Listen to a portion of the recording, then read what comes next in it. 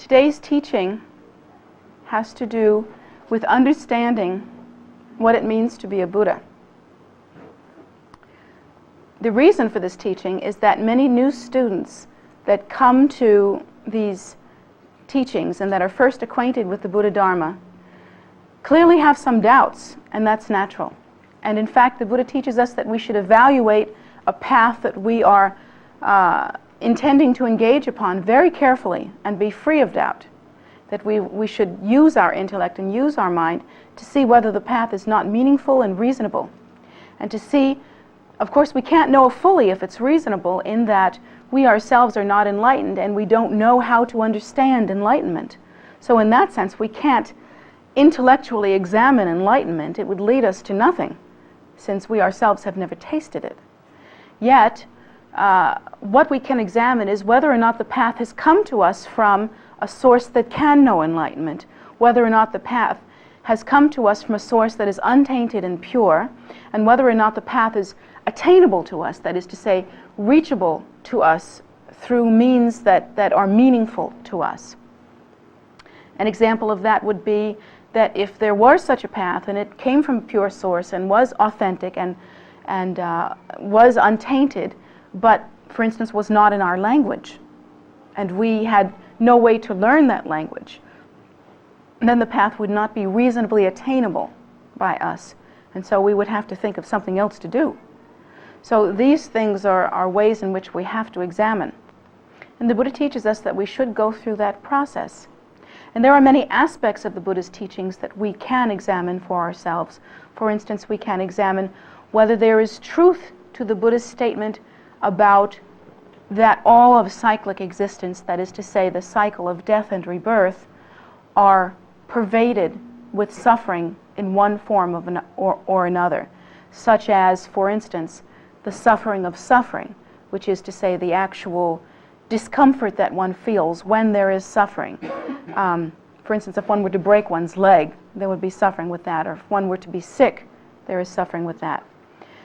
There is also the suffering of change, and that is that even while one may be feeling extremely well and may find a great deal of happiness, and even for some periods of time extreme joy, the suffering of change eventually will be seen in that the particular circumstance that has brought us that joy will in some way change or terminate.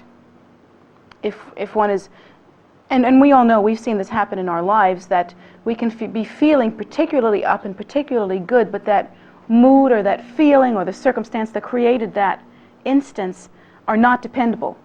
They do change, and one's feelings, one's attitude change from day to day, if not moment to moment.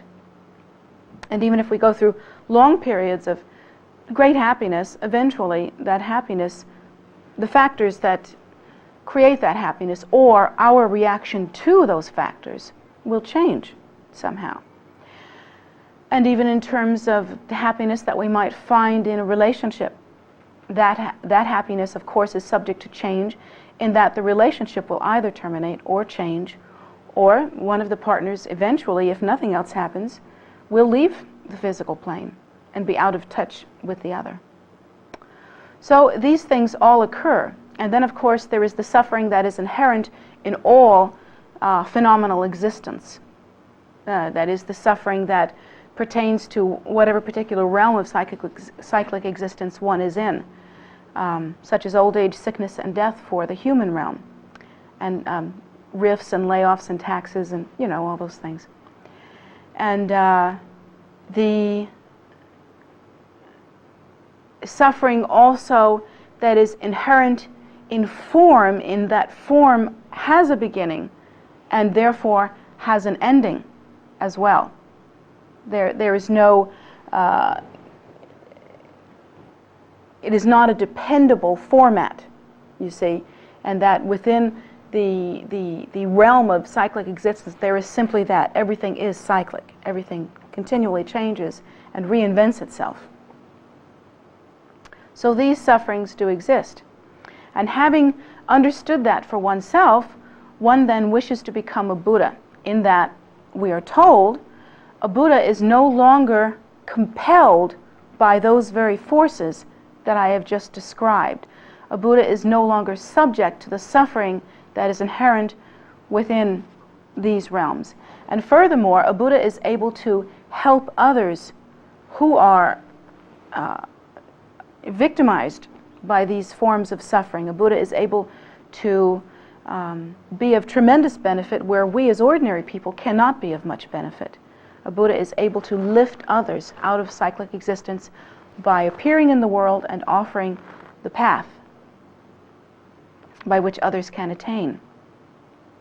So these things being the case, we think that perhaps we would like to turn away from cyclic existence and look toward enlightenment or awakening or becoming a Buddha in order to be free of these things and in order to be of benefit to sentient beings. So what does that mean? The main fear that Westerners seem to have when they first come to the path is they think that in order to be a Buddha, one has to be extremely weird. And they have this idea that when one becomes a Buddha, or at least when one becomes an awakening being called a bodhisattva, and moving toward being a Buddha, that one has to change in some radical way, even in terms of one's appearance. The idea being that a Buddha should perhaps wear very noble spiritual clothing and dress out of sync with the rest of the world and not look very fashionable, horror upon horror. And perhaps the personality would take on some peculiarly obnoxious traits.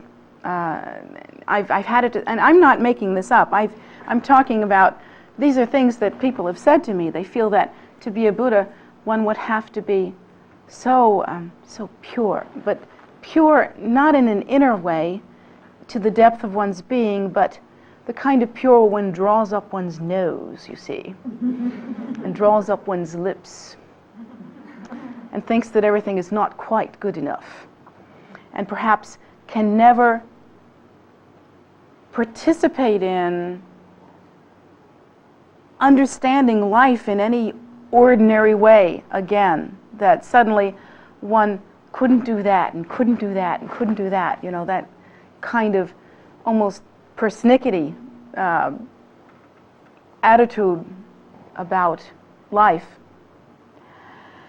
And furthermore, these are some of the other ideas that have been given to me, is that in order to become a Buddha, one would have to be very blissy, that one would have to be constantly blissed out, with the eyes rolled ever heavenward. That's a different religion, actually, but people still think that. Rolled ever heavenward, and I'm having trouble after the Schwarzenegger thing. It really tied my tongue. And that one would have to sit, always in samadhi, and the positions of one's body would be very different from others. Others would be walking around, and Buddhas would be like that. We have a lot of baggage about this idea. And of course we must understand the source of that baggage. That baggage comes from being raised in a materialistic society where we are told that success for men is go get 'em. Success is make lots of money, be a great guy, go get 'em, 2 chickens in every pot, and get yourself a fancy car. And that's really what success is all about. That's only after you've completed the traditional football in your early years. And as a woman, you get to marry one.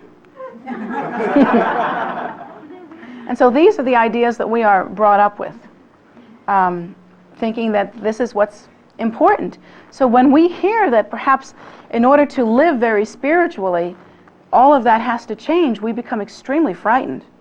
And we make up these ideas about how weird we're going to look and how differently from our programming.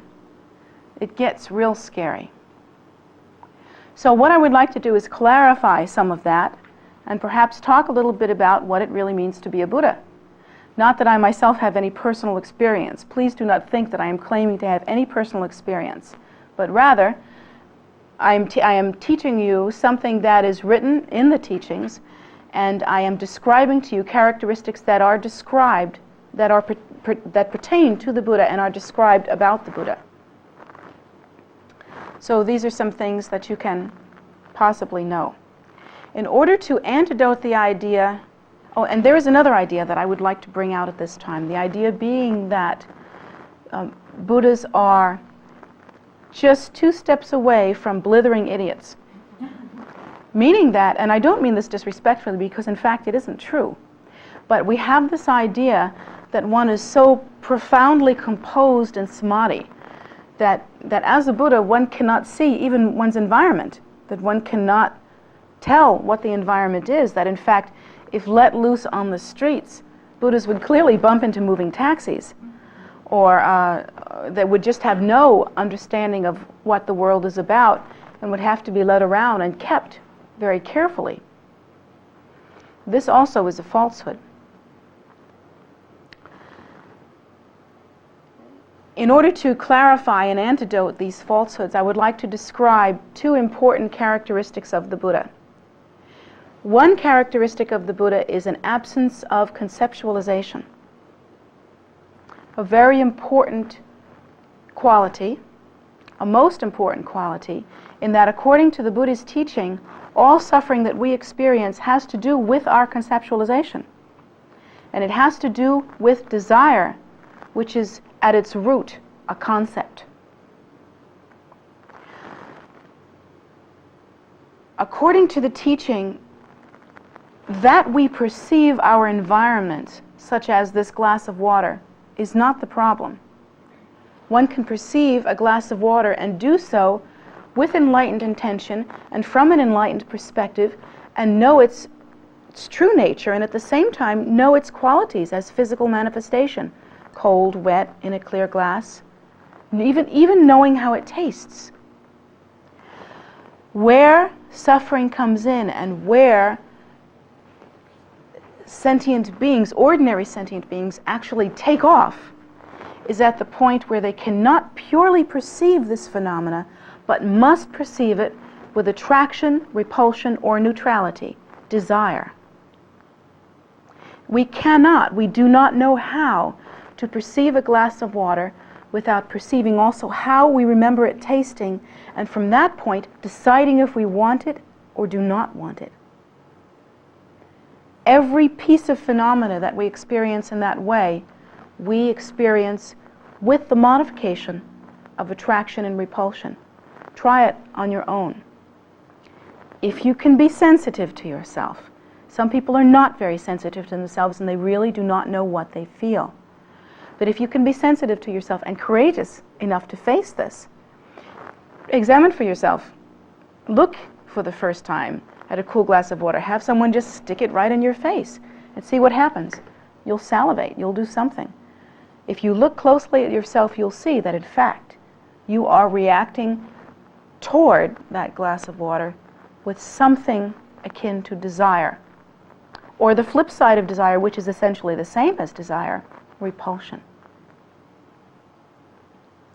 Or neutrality, which is where you already decided that you don't either want it or not want it. You just kind of, so what about it? But they all relate to desire.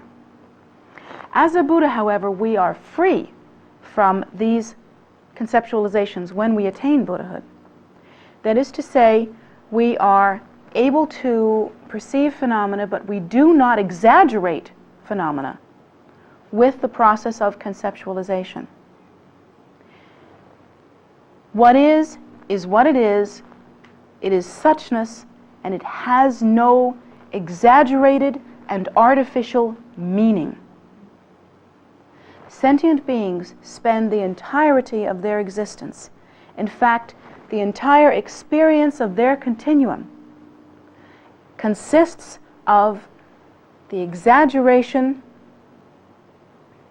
of phenomena and of the reaction toward phenomena, and thereby the artificial construction associated with that exaggeration. That is our experience.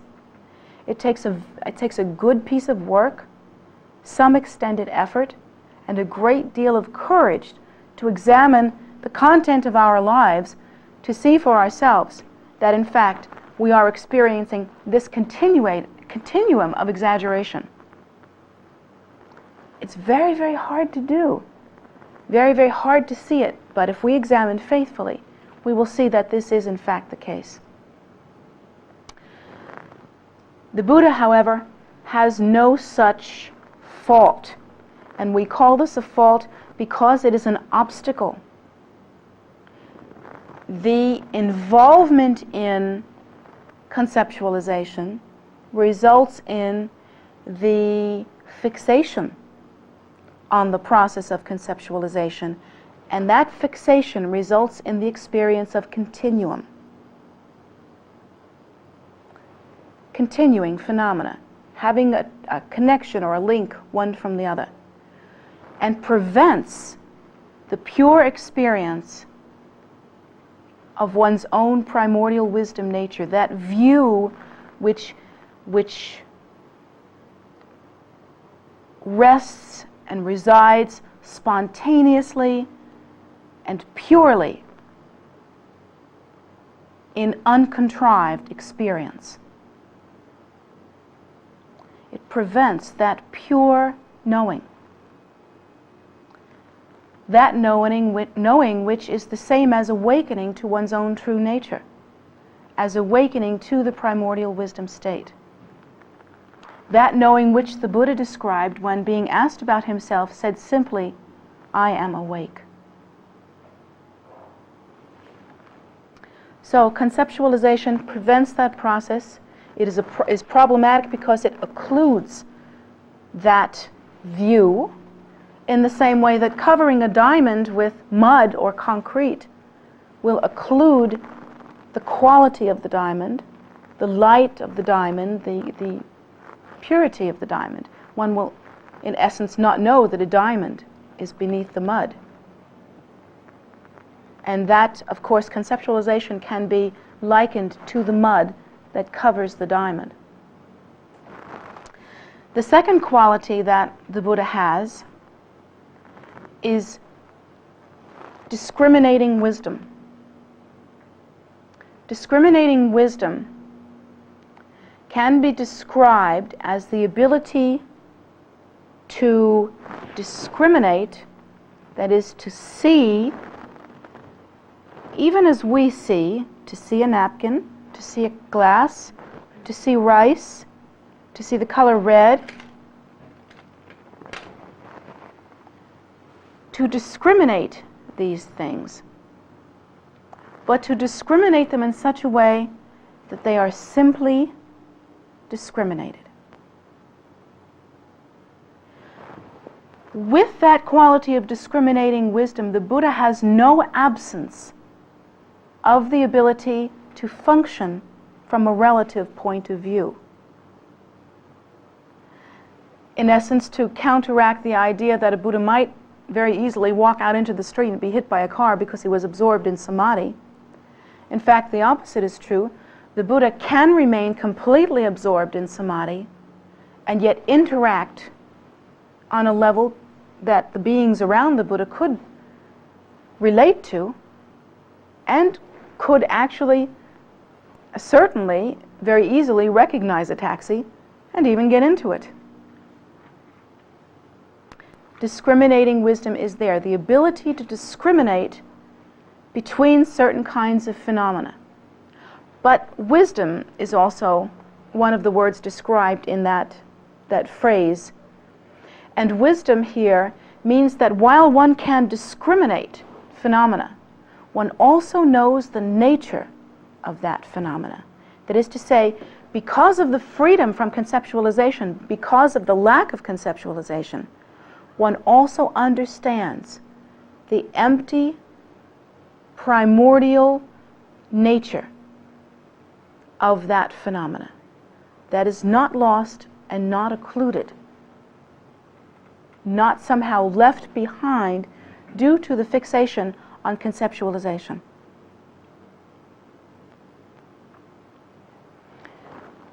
As a Buddha, therefore, phenomena is understood. In fact, it is said that the Buddha understands all cause and effect relationships, even beyond phenomena.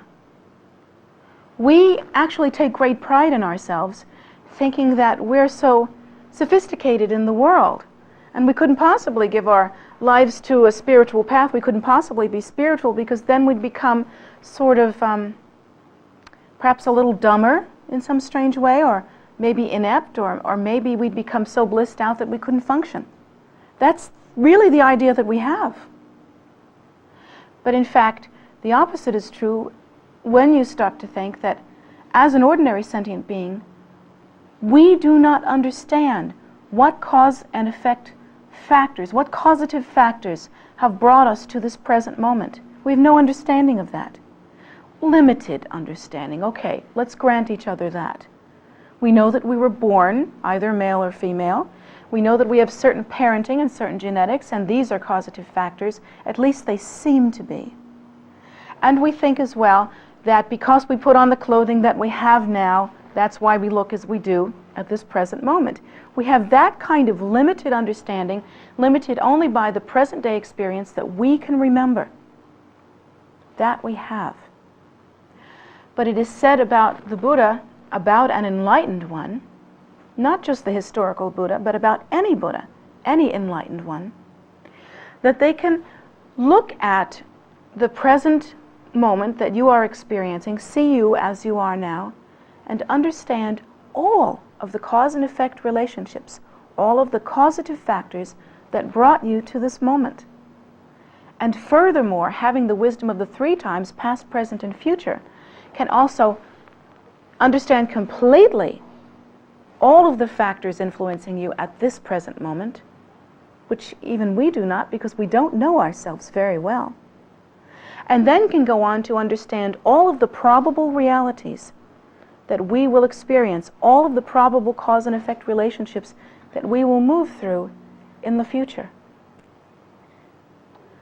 That's a piece of sophistication, if you ask me. I can't do it. You can't do it. That's pretty sophisticated. And yet we applaud ourselves thinking we're so swift because we can get in a taxi without getting hit most of the time. So these ideas that we have about what it means to be spiritual are erroneous. And in fact, bringing that down to practicality, when people first enter onto the path, they really ask questions. They do so honestly with pure intention, such as, well, do I have to dress a certain way now? Or are there certain things I can't do anymore? Is it okay to see a movie? Is it okay to go dancing? Is it okay to live a life as other people live? Do I have to feel a certain way, and do I have to stop feeling other ways? The practical advice on such matters is that you should start now where you are. It's very sensible advice. For you to think that you are going to start somewhere else other than where you are is really argues with the idea that you have that you're very sophisticated about phenomena. Because it simply won't work. It's just not going to happen. You must start exactly where you are, and of course you are starting as who you are. People say to me, well, should I then stop believing in self-nature as being inherently real? Meaning, should I just stop thinking that I'm like a person? Well, all right.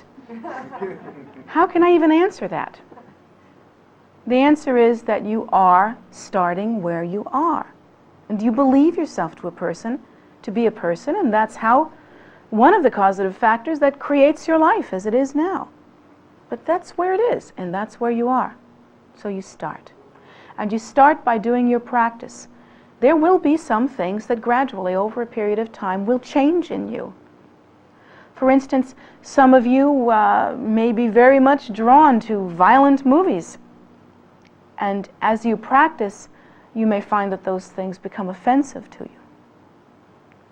And some of you may think at this time that it's okay to do professional, what do they call that, professional stealing, where it's okay to take paper clips from your office, and it's okay to take loose leaf binders from your office and to borrow a little bit of this from Uncle Sam and, that kind of thing that everybody seems to engage in and seems to be pretty much culturally sanctified.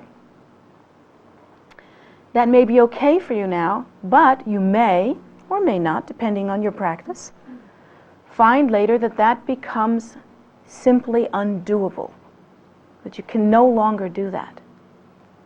At any rate, the advice on a very gut level that I might give you is to be natural. To force yourself into a mold that you're not ready for is stupid. On the other hand, to continue being the way you think you are because you demand to be an individual is just as stupid. Just relax and try not to be a heavy breather. Now, I don't know that that's written anywhere in the text, but that's my gut advice to you. I think it's much less important whether, as a practitioner, you wear Dharma clothing and act like a Dharma person and do the Dharma dance and sing the Dharma song, than it is that you genuinely practice from the heart. I think it's less important what you wear as to what you clothe yourself with in terms of your own intentions. I think it's less important what you take into your mouth than it is what you put out of your mouth. These are things that I think are important. However, this is only one perspective. Another very foundational perspective that one has is that eventually one might wish to take robes, as these students did, and to become a renunciate, a monk or a nun.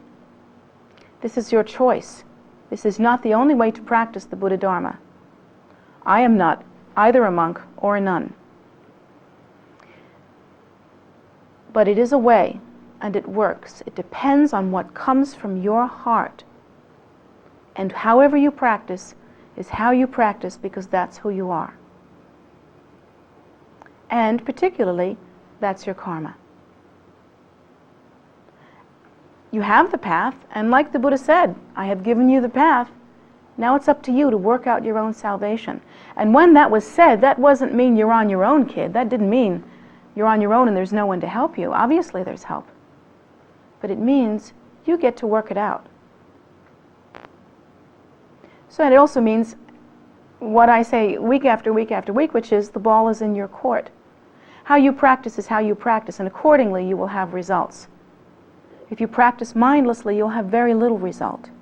If you practice deeply from the heart, you will have good result.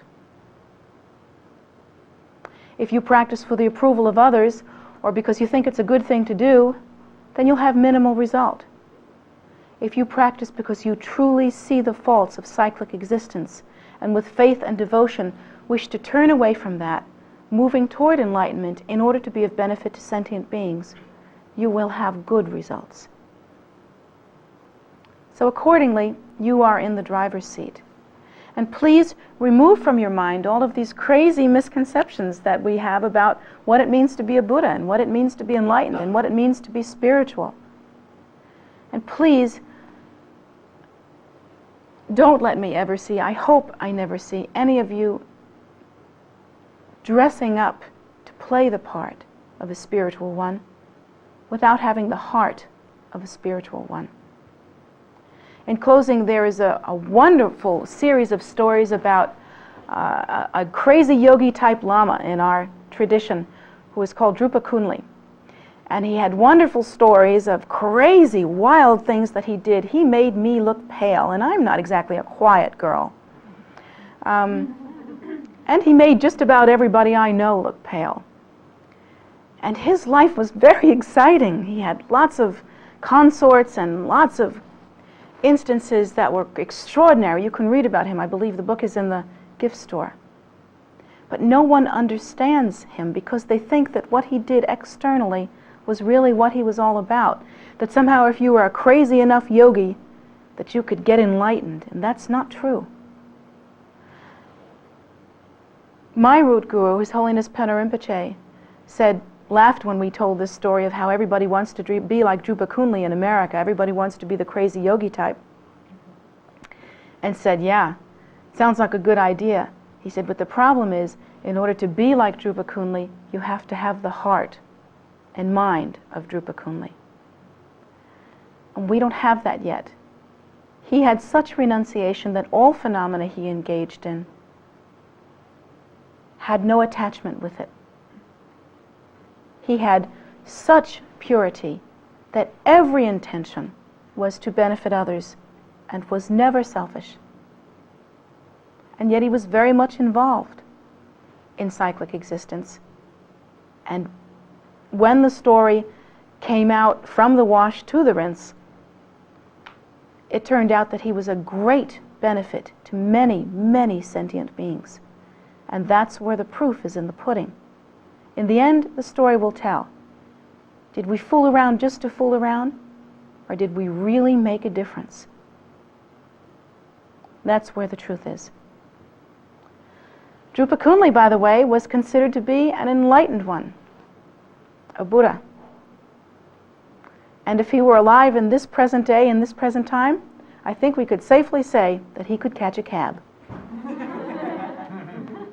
At any rate, thank you very much for attending today. I really do appreciate your company, and as always, very much I'm glad to see you here and hope that you continue to come and spend time with us.